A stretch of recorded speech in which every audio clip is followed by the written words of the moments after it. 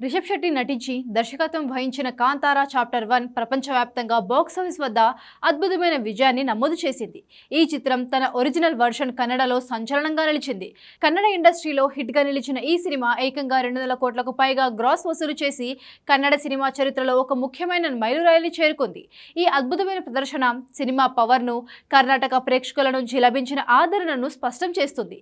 ఇదే ఊపులో తమిళనాడు, మలయాళంలో కూడా అద్భుతమైన కలెక్షన్లను సాధించి బ్లాక్ బస్టర్ హోదాను దక్కించుకుంది. పాన్ ఇండియా రేంజ్ లో భారీ విజయాన్ని ఆశించిన కాంతారా చాప్టర్ 1 కు తెలుగు రాష్ట్రాల్లో మాత్రం లాస్ వెంచర్ గా మిగలడం పెద్ద షాక్. ఇక్కడ ఈ చిత్రం 64 కోట్ల షేర్ సాధించినప్పటికీ బ్రేక్ ఈవెన్ కావాలంటే 91 కోట్ల షేర్ రావాల్సి ఉంది. దీని అర్థం సుమారు 27 కోట్ల నష్టం వచ్చింది. కన్నడ చిత్రాలకు తెలుగులో ఇటీవలి కాలంలో లభించిన ఆదరణ దృష్ట్యా ఇంత భారీ నష్టం ఊహించనిది.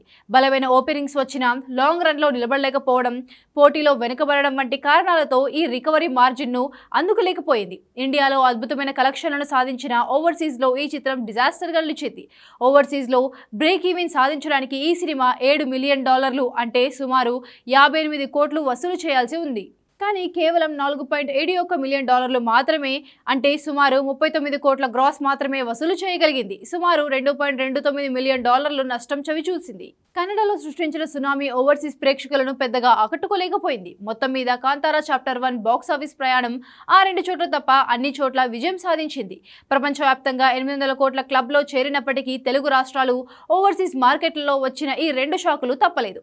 ప్రాంతీయ కథాంశం, అద్భుతమైన నిర్మాణం ప్రపంచవ్యాప్తంగా గుర్తింపు పొందిన అన్ని మార్కెట్లలో మాత్రం ఆర్థికంగా విజయం సాధించలేకపోయింది.